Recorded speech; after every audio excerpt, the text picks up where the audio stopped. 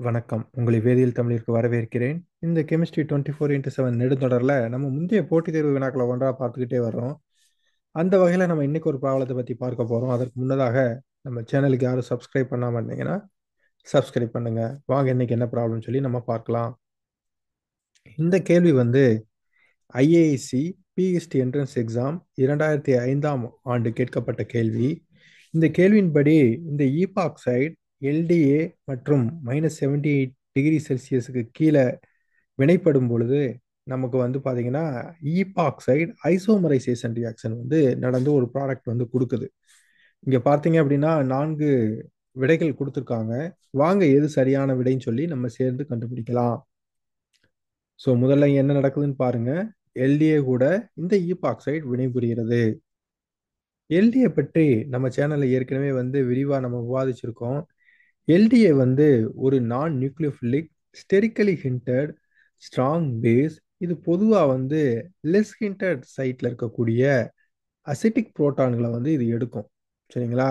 இன்னும் குறிப்பாக சொல்ல போனோம்னா இந்த எல்டிஏ பேஸை வந்து ஈனலைட் அயான்ஸ்களை ஜெனரேட் பண்ணுவதற்காக பெரும்பாலும் பயன்படுத்துவாங்க.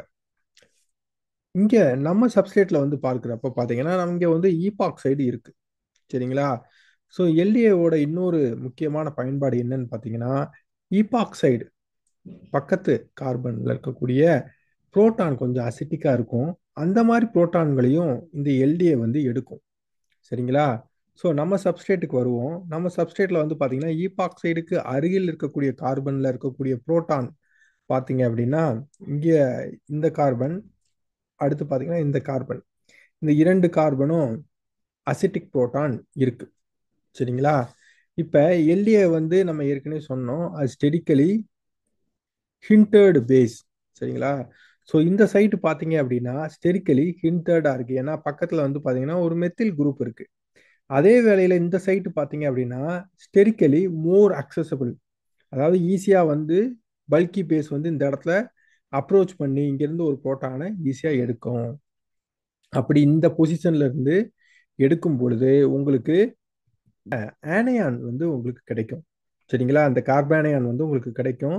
இப்போ இந்த கார்பானையான் கிடைச்ச பிறகு என்ன நடக்கும் பாருங்க. இந்த எலக்ட்ரான்கள் இந்த இடத்தை நோக்கி நகருது. அதே வேளையில இங்க இருக்கக்கூடிய கார்பன் ஆக்சிஜன் பிணைப்பு உடையுது. சரிங்களா? ஸோ இதனோட முடிவில் வந்து பார்த்தீங்க அப்படின்னா நமக்கு இந்த மாதிரி அல்லேலிக் ஆல்கஹால் ப்ராடக்ட் வந்து நமக்கு கிடைக்குது.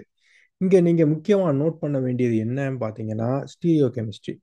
இந்த ஈபாக்சைடு வந்து பார்த்தீங்க அப்படின்னா உங்களுக்கு பாட்டம் ஃபேஸில் இருக்கு. சரிங்களா? ஸோ அப்போ வந்து பார்த்தீங்க அப்படின்னா இங்கே CO பிணைப்பு உடையுது. ஸோ இதோட ஸ்டீரியோ கெமிஸ்ட்ரி வந்து பார்த்தீங்கன்னா உங்களுக்கு பாட்டம் ஃபேஸில் தான் இருக்கும்.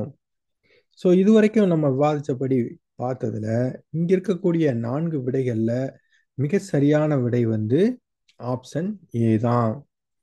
இது வரைக்கும் நம்ம சேனலுக்கு சப்ஸ்கிரைப் பண்ணாமல் இருந்தீங்கன்னா சப்ஸ்கிரைப் பண்ணுங்க.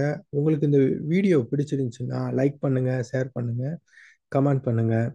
மீண்டும் இன்னொரு கேள்வியில் சந்திக்கும் வரை நன்றி நண்பர்களே.